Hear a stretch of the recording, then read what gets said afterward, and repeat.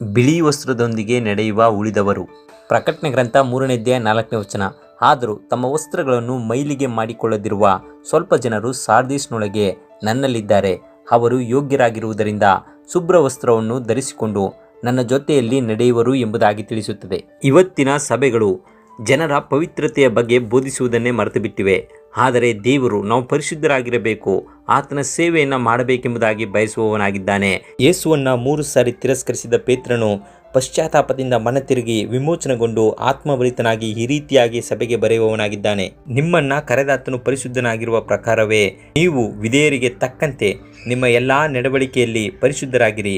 ನಾನು ಪರಿಶುದ್ಧನಾಗಿರುವುದರಿಂದ ನೀವು ಪರಿಶುದ್ಧರಾಗಿರಬೇಕು ಎಂದು ಬರೆದಿದೆಯಲ್ಲ ಎಂಬುದಾಗಿ 1 ಪೇತ್ರ 1ನೇ ಅಧ್ಯಾಯ 15 ಮತ್ತು 16ನೇ ವಚನಗಳಲ್ಲಿ ತಿಳಿಸುವವನಾಗಿದ್ದಾನೆ. ಹೀಗೆ ಪರಿಶುದ್ಧಾತ್ಮನಿಂದ ದೇವರು ನಮ್ಮನ್ನು ಪರಿಶುದ್ಧಗೊಳಿಸುವವನಾಗಿದ್ದಾನೆ.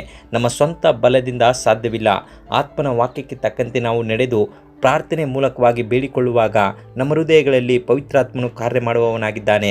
ಆದ್ದರಿಂದಲೇ ಯೇಸು ಸ್ವಾಮಿ ಬೇಡಿಕೊಳ್ಳಿರಿ ನಿಮಗೆ ಸಿಕ್ಕುವುದು ಎಂಬುದಾಗಿ ಹೇಳುವವನಾಗಿದ್ದಾನೆ. ಆದರೆ ಈ ಪರಿಶುದ್ಧತೆಯ ಪ್ರತಿಫಲವೇನೆಂದರೆ ಸಾರದೇಸ್‌ನಲ್ಲಿರುವ ವಿಶ್ವಾಸಿಗಳು ಬಿಳಿ ನಿಲುವಂಗಿಯನ್ನು ತೊಟ್ಟುಕೊಂಡು ಅವರು ಮಹಾಹಿಂಸೆಯನ್ನು ಅನುಭವಿಸಿ ಬಂದವರಾಗಿದ್ದು ಯಜ್ಞದ ಕುರಿಯಾದಾತನ ರಕ್ತದಲ್ಲಿ ತಮ್ಮ ನಿಲುವಂಗಿಗಳನ್ನು ತೊಳೆದುಕೊಂಡು ಪರಿಶುದ್ಧರಾಗಿದ್ದಾರೆ.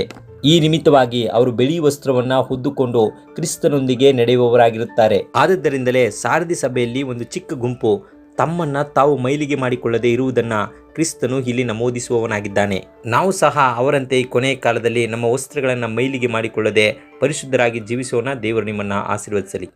ಪ್ರಿಯ ವೀಕ್ಷಕರೇ, ಸತ್ಯವೇದ ಅಧ್ಯಯನ ಮತ್ತು ಪ್ರಾರ್ಥನಾ ಮನವಿ ಹಾಗೂ ಹೆಚ್ಚಿನ ಮಾಹಿತಿಗಾಗಿ ಕೆಳಕಂಡ ಸಂಖ್ಯೆಗೆ ಸಂಪರ್ಕಿಸಿ. ದೇವರು ನಿಮ್ಮನ್ನು ಆಶೀರ್ವದಿಸಲಿ.